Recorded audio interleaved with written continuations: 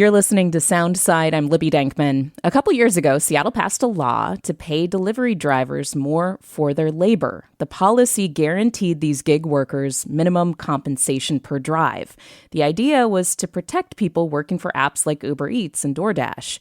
And the policy stirred up big reactions. Delivery companies protested the change. Restaurant owners said the policy hurt business. And some city council members considered rolling the law back just a few months after it went into effect. After all that fuss, researchers have found that the pay for these drivers hasn't actually changed very much. Andrew Garin is an associate professor of economics at Carnegie Mellon University. He's also one of the researchers behind the study, and he's here to tell us more. Andrew, thank you very much for being here. Thanks for having me here. So, what made you want to look into Seattle's gig delivery driver law in the first place? So I've been studying since its emergence, the online platform economy to try and understand how it's been changing the labor market in the United States and beyond, and how it's changing the need for policy and regulatory responses to adapt. And this is an area where it's new territory. And so experimentation is necessary to some extent because this is uncharted territory. So when we saw that Seattle and a couple of other cities were starting to pass these laws that are meant to bring certain workers who are not inside the framework of traditional employment law, gig workers, just as background, are self-employed. And so they are not covered by standard minimum wage laws, unemployment insurance, and don't get other sorts of legal protections that other employees would get. And so different jurisdictions, usually at the local or state level, have been starting to think about ways to extend those protections to gig workers. And so when we saw that Seattle was extending its minimum wage ordinance to delivery workers, we were wondering how would that actually impact the well-being of workers in these markets and the markets overall. So this law guaranteed a minimum amount of pay per delivery drive for drivers. It passed in 2024. You mentioned Seattle's not the only place that, they have tried this tactic to try to increase pay for delivery drivers. Where else are we seeing it? So in New York City, there's also a very similar law that went into effect around the same time.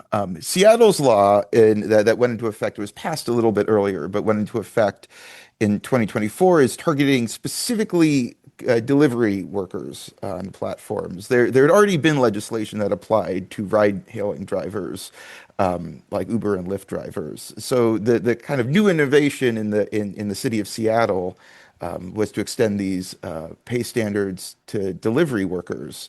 In fact, the state of Washington as a whole had already extended those minimum pay standards for ride-hailing workers like Uber and Lyft drivers. So what Seattle was doing is specifically extending this to the delivery sector. And what it did was it set a kind of formula for if you completed delivery, you had to be paid at least $5. But actually, most of the time, what was relevant was a formula based on the distance and time you spent on the order, guaranteeing that there's a minimum amount that you had to be paid corresponding to that duration, that distance.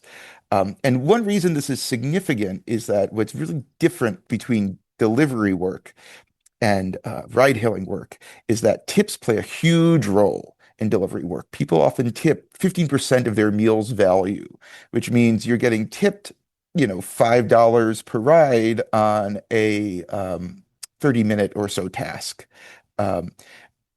Because workers, to go with a competitive rate to get workers on the road, something that's in the kind of $15-20 an hour is what platforms are targeting. The actual pay that the platforms themselves set is very low, because they anticipate that you're going to get a generous tip. And so if you do a half-hour delivery with a $5 tip, you'll probably only be getting paid on average about $4 from the platform itself. Oh, wow. And so what this law wanted to do is make it sure that people weren't dependent on tips. And so it increased how much had to be paid per delivery before tips. And the increase was actually pretty substantial. With deliveries that used to pay about $5 for a half-hour delivery, we're now paying something more like $12 at base pay, with tips on top of that. So if you double the base pay or more per drive, you'd think obviously people are going to get paid more. And it sounds like from your research that happened initially, very soon after the law passed. But then the market for drivers adjusted. Tell us, why didn't this law end up actually making a big difference for drivers' pay in the end? So absolutely. And I want to walk through this because we thought a lot about this. When we saw this, we were wondering what was going on. First of all, what this actual finding isn't just a pre-post comparison. Is we took a bunch of drivers, people who work in the gig economy can track all of their earnings across all their platforms using this app called Gridwise.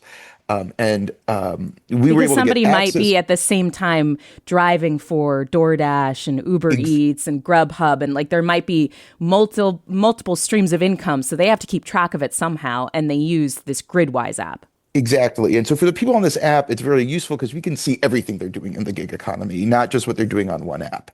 And so what we do is we look at people who were fairly active, who were driving 20 deliveries a month, each month in the 5 months leading up to the reform, who were in Seattle, and then comparing them to a control group of people who were driving elsewhere in Washington state, where the reforms weren't changing. And we wanted to see how earnings evolved for the people who were in Seattle and affected by these laws relative to the people who were operating in nearby regions with no policy change.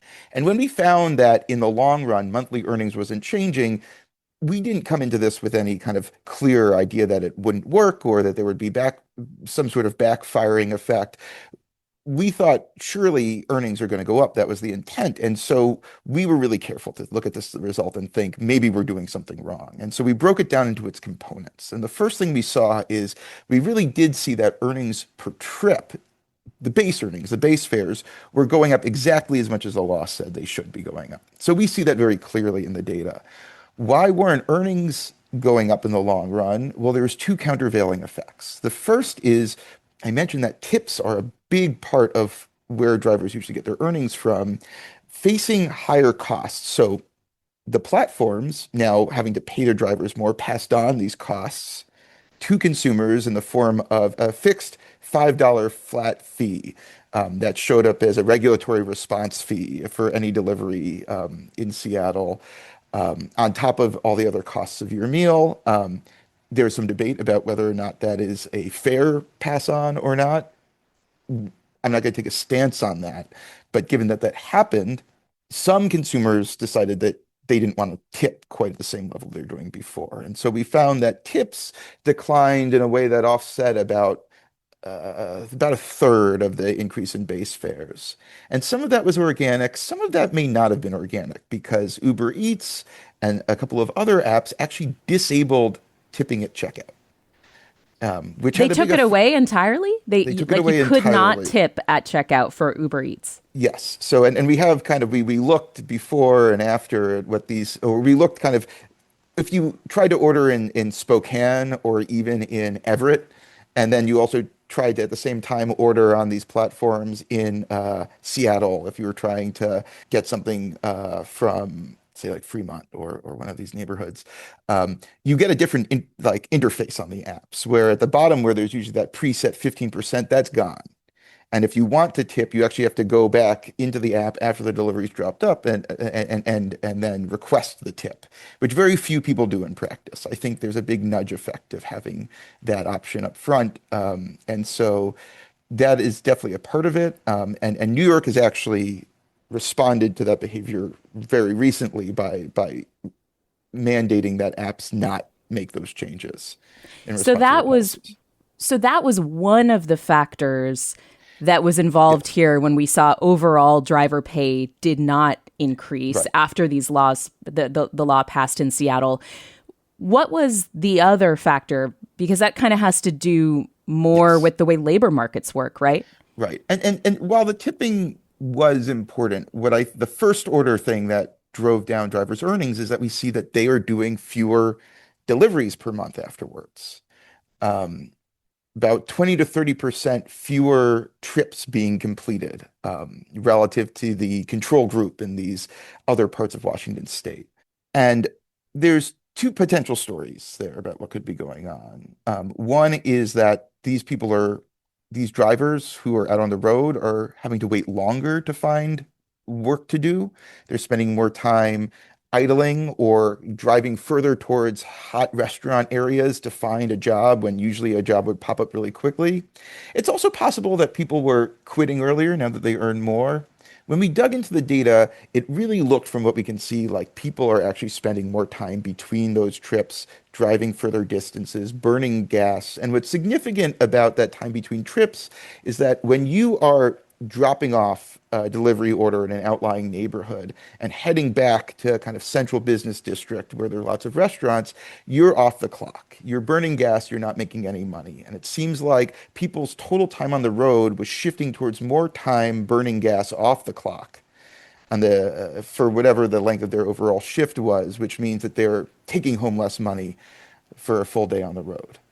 So they're just And idling more. idling or even worse, driving. So I actually signed up for DoorDash and Uber Eats to see how it works in practice. And my experience is that you'll often get a delivery request in a buzzy restaurant area and then have you drop off pretty far out in the neighborhoods. And there are not a lot of restaurants out in those neighborhoods. So you have to start driving all the way back to that area where the restaurants are, maybe 15, 20 minutes before you start getting offers again. And in a hot period of time when there's lots of work to be had, you don't actually have to drive that far before you start getting pinged. But if it's slow, you have to drive really to the core of things. And I think that's probably what's going on, is that drivers are driving further back into the core and then waiting until they get those offers like they used to.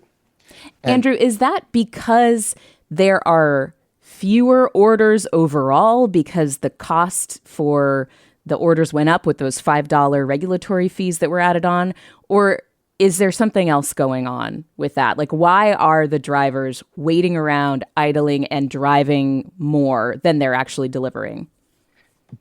great question. And there's really two things that are going on that's driving down the number of orders they're completing. On the one hand, there is a demand response that, and this is contested about, did this demand response have to happen? Was the $5 fee punitive, overshooting, self-sabotage to make a statement?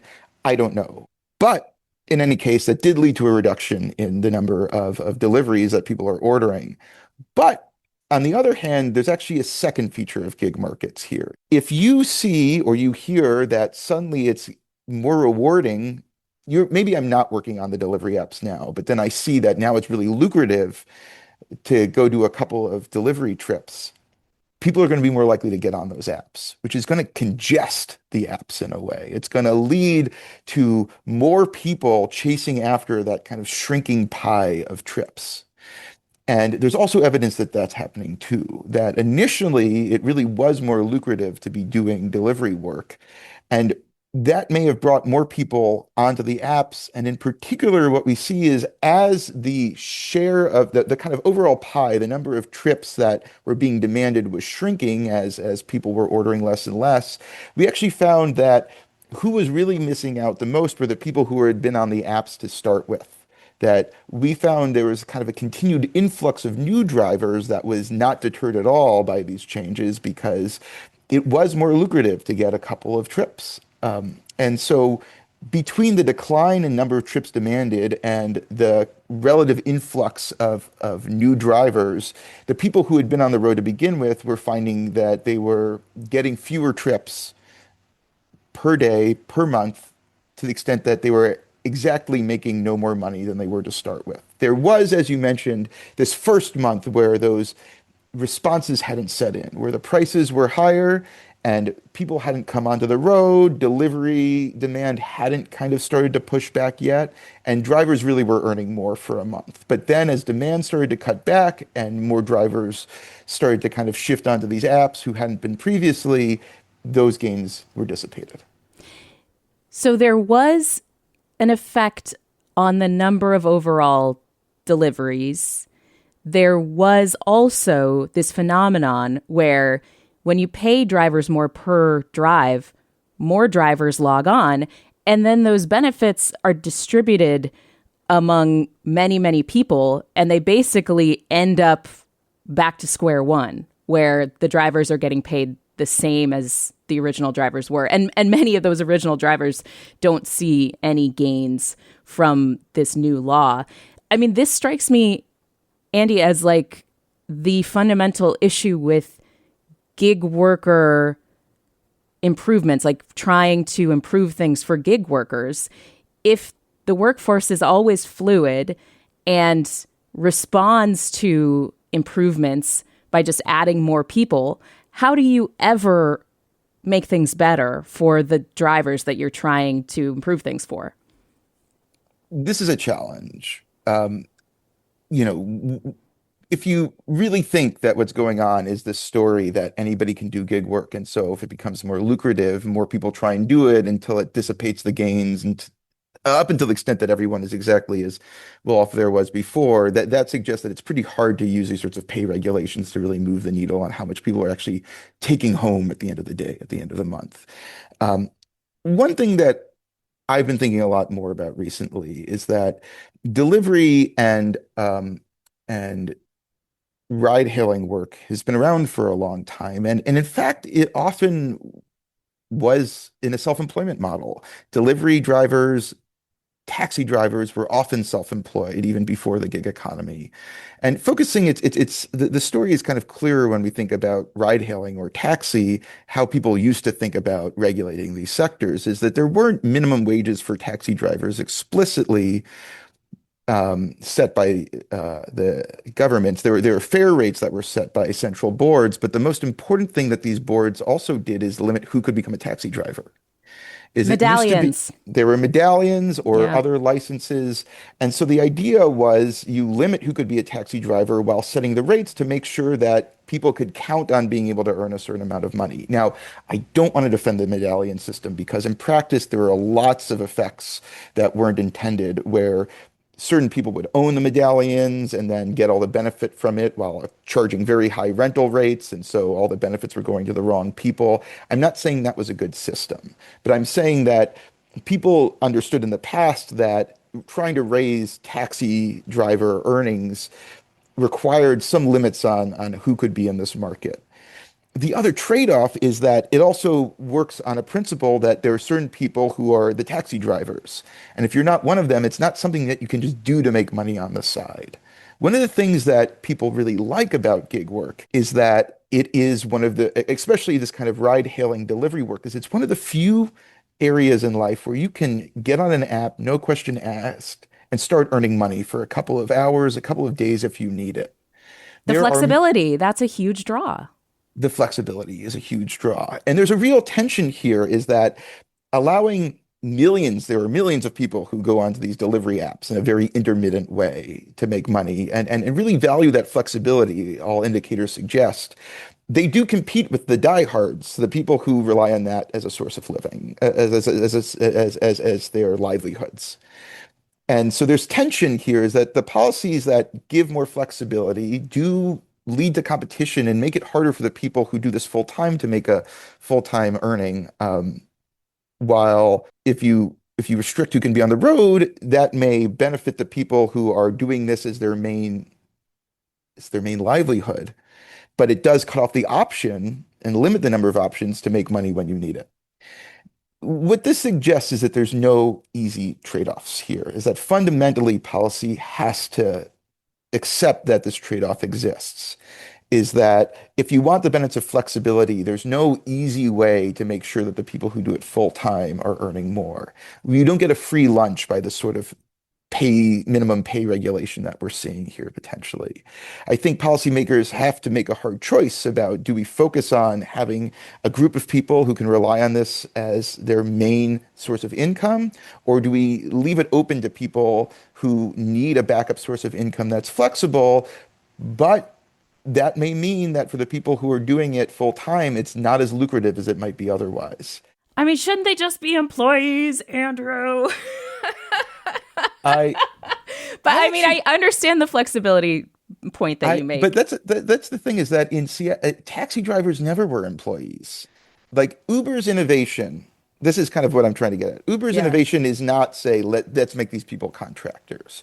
Uber's innovation was saying let's let anybody do this. Let's undercut the medallion system, Reduce the barriers of entry. reduce the barriers of entry, and that's the main difference. And that's where you get this tension. It's not that oh these people should be employees who are not. It's that they you have this kind of insider versus outsider distinction that used to exist that Uber tore down.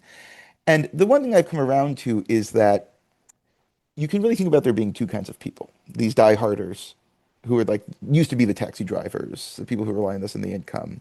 And then there are the people who are doing this on a flex basis. But focusing on this sector, the big change is that it's not going from employee to self-employed, it's going from this kind of protected insider group to a broader group where the insiders are worse off and are struggling, but a broader group of people may be benefiting and you may not hear from them in the same way. And so a lot of the solutions that would make the people who are that kind of hardcore group looking for a reasonable living better off fundamentally require you to sacrifice that flexibility. And that's you could get it through making them employees and applying a minimum wage. I'm just saying that you would actually probably get a lot of those benefits by just limiting who can be there. And I think the issue, this kind of goes back to the taxi system, is that once the government says, or there's a kind of body that says, okay, only certain people can be taxi drivers, that just opens the door to things like who makes that decision about who gets to be a taxi driver. I will say for employment, like if it is your main job, like there's an argument that they should be employees to get access to certain kinds of benefits, like once that's your main job. That makes sense in a world where we've decided to sacrifice the occasional workers and just double down on a kind of fleet of full-timers.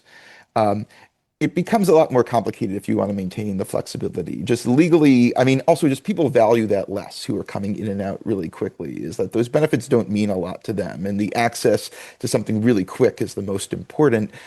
It kind of comes back to these same trade-offs between, there's no free lunch where you make everybody happy.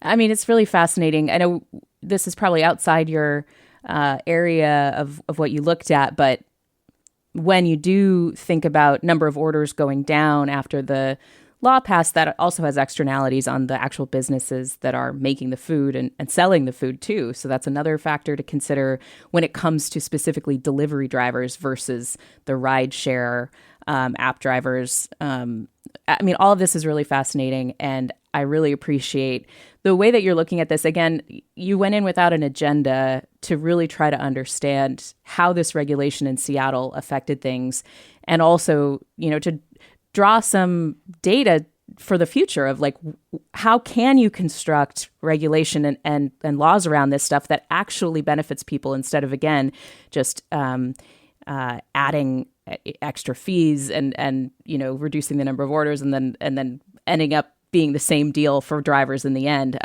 Any final thoughts here, Andrew, before we go?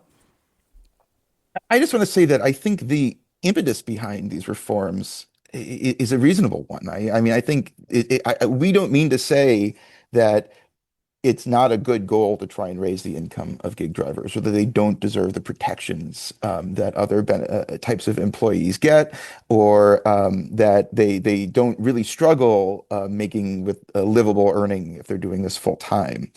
But what we do hope people will take away from this is that even if the goals are coming from the right place, sometimes the solutions don't work as intended, and sometimes the trade-offs here are really hard. And our hope is that this will lead to design of policy that really does achieve those goals in a more effective way going forward. Because it's important that people who go out and spend all day working be able to afford a reasonable living in a city that's getting more expensive like Seattle. Andrew Garin is an associate professor of economics at Carnegie Mellon University. Thank you very much, Andrew. Thank you so much. Thanks for listening to Soundside. Don't forget you can listen live on KUOW 94.9 FM Seattle at noon and 8 p.m.